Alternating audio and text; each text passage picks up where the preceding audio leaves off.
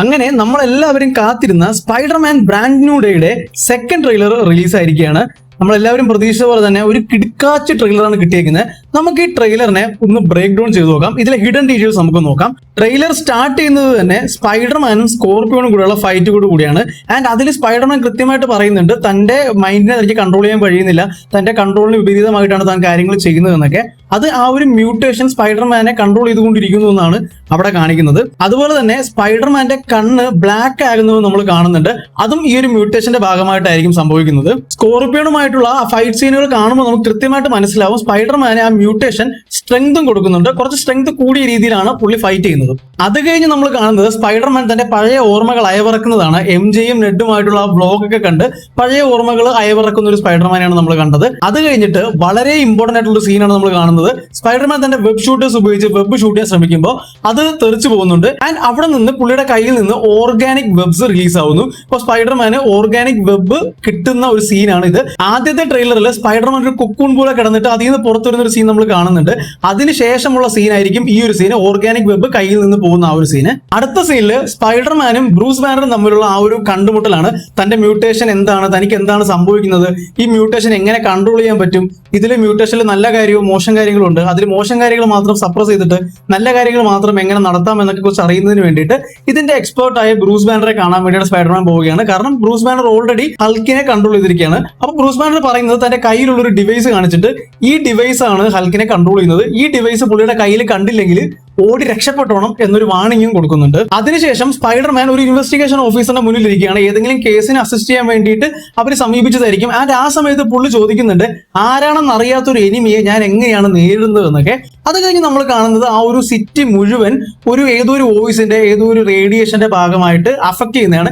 And അതിൽ immune ആയിട്ട് നിൽക്കുന്നത് സ്പൈഡർമാൻ മാത്രമാണ്. സ്പൈഡർമാന്റെ ആ ഒരു മ്യൂട്ടേഷൻ കാരണമായിരിക്കും അതിനെ ഇമ്മ്യൂൺ ചെയ്യാനുള്ള, അതിനെ ഡിഫെൻഡ് ചെയ്യാനുള്ള ഒരു എബിലിറ്റി പുള്ളിക്ക് ഓൾറെഡി കിട്ടിയിട്ടുണ്ട്. ഈ ഒരു മൈൻഡ് കൺട്രോൾ നടത്തുന്ന ആളായിരിക്കും നമ്മുടെ മെയിൻ വില്ലൻ എന്ന് പറയുന്നത്. മോസ്റ്റ് പ്രോബബ്ലി അത് സാഡി സിംഗിന്റെ ക്യാരക്ടർ തന്നെ ആയിരിക്കും. ആ ക്യാരക്ടറിനെ ഈ ട്രെയിലറിൽ ഒരിടത്ത് തന്നെ റിവീലും ചെയ്തിട്ടില്ല. പിന്നെ നമ്മൾ കാണുന്നത് ഒരു ഹാർട്ട് ബ്രേക്കിംഗ് സീനാണ്.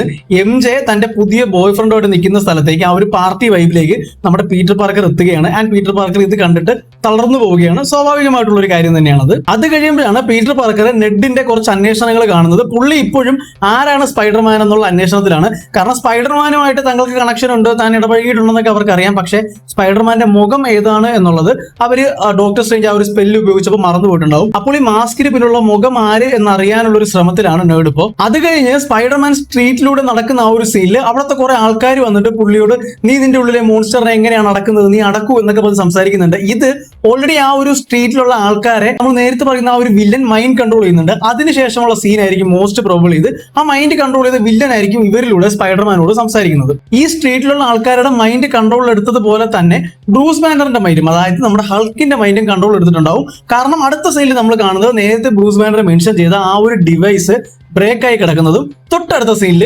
ഹൾക്കിനെയുമാണ്.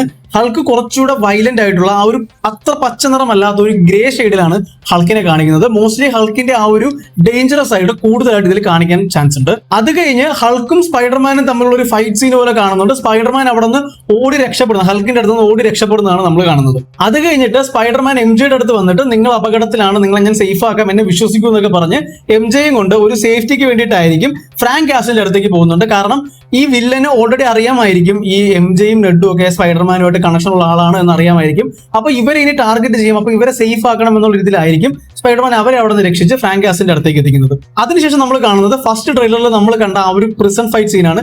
ഈ ഫൈറ്റ് സീനിൽ കുറച്ചുകൂടെ അഗ്രസീവ് ആയിട്ട്, കുറച്ചുകൂടെ പവർഫുൾ ആയിട്ട്, കുറച്ചുകൂടെ കിടില മൂവ്സിൽ ഫൈറ്റ് ചെയ്യുന്ന ഒരു സ്പൈഡർമാനെ നമ്മൾ കാണുന്നുണ്ട്. മേ ബി പുള്ളിയുടെ ആ ഒരു മ്യൂട്ടേഷൻ ഏറ്റവും ഹൈ സ്റ്റേജിൽ എത്തിയിട്ട് ആ ഒരു ലെവലിൽ നിന്നുകൊണ്ടായിരിക്കും പുള്ളി അവർ ഫൈറ്റ് ചെയ്യുന്നത്. ആൻഡ് ആ ഒരു സീൻ നോക്കിക്കഴിഞ്ഞാലും സ്പൈഡർമാന്റെ ബോഡിയിൽ നിന്നും മുഴുവൻ വല പോകുന്ന രീതിയിലും കാണിക്കുന്നുണ്ട്. മേ ബി മ്യൂട്ടേഷന്റെ ആ ഒരു എക്സ്ട്രീം ലെവൽ ആയിരിക്കും ഇതിലൂടെ ഈ ഒരു ഫൈറ്റ് സീനിൽ നമുക്ക് കാണാൻ കഴിയുന്നത്. അത് കഴിഞ്ഞിട്ട് ആൻമയുടെ കല്ലറയിൽ ഇരിക്കുന്ന പീറ്റർ പാർക്കർ നമ്മൾ കാണുന്നുണ്ട്. മോസ്റ്റ് പ്രോബബ്ലി ഇത് സിനിമയുടെ ഓപ്പണിംഗ് സീൻ ആയിരിക്കും. ഇവിടെ നിന്നായിരിക്കും സിനിമ സ്റ്റാർട്ട് ചെയ്യാൻ പോകുന്നത്. അടുത്ത സീനിൽ നമ്മൾ കാണുന്നത് ഒരു ബിൽഡിംഗ് ഇടിഞ്ഞു വീഴുന്നു. ആൻഡ് ഇത് ഇടിഞ്ഞു വീഴുന്ന സമയത്ത് ഹൾക്കും സ്പൈഡർമാനും അതിന്റെ കൂടെ താഴേക്ക് വരുന്നുണ്ട്. നമ്മൾ നേരത്തെ കണ്ടതുപോലെ ഹൾക്കും സ്പൈഡർമാനും തമ്മിൽ എൻകൗണ്ടർ ചെയ്യുന്ന ആ ഒരു സീനിന് ശേഷം അവർ തമ്മിൽ നടക്കുന്ന ഫൈറ്റിന് ശേഷമായിരിക്കും ഈ ഒരു ബിൽഡിംഗ് തകരുന്നതും ഇവർ താഴേക്ക് വരുന്നതും. ആൻഡ് എന്ത് ധൈര്യത്തിലാണ്, എന്തിന്റെ ബലത്തിലാണ് ഹൾക്കിനെ നേരിടാൻ വേണ്ടി സ്പൈഡർമാൻ പോയതെന്ന് നമുക്ക് ആർക്കും അറിയില്ല. പവർഫുൾ ആയിട്ടുള്ള വേറെ ഹീറോസ് ഒന്നും ഈ സിനിമയിൽ വരാനും പോകുന്നില്ല. അപ്പോൾ ഇത്രയും കാര്യങ്ങളാണ് നമ്മൾ ഈ ട്രെയിലറിൽ കാണിച്ചിട്ടുള്ളത്.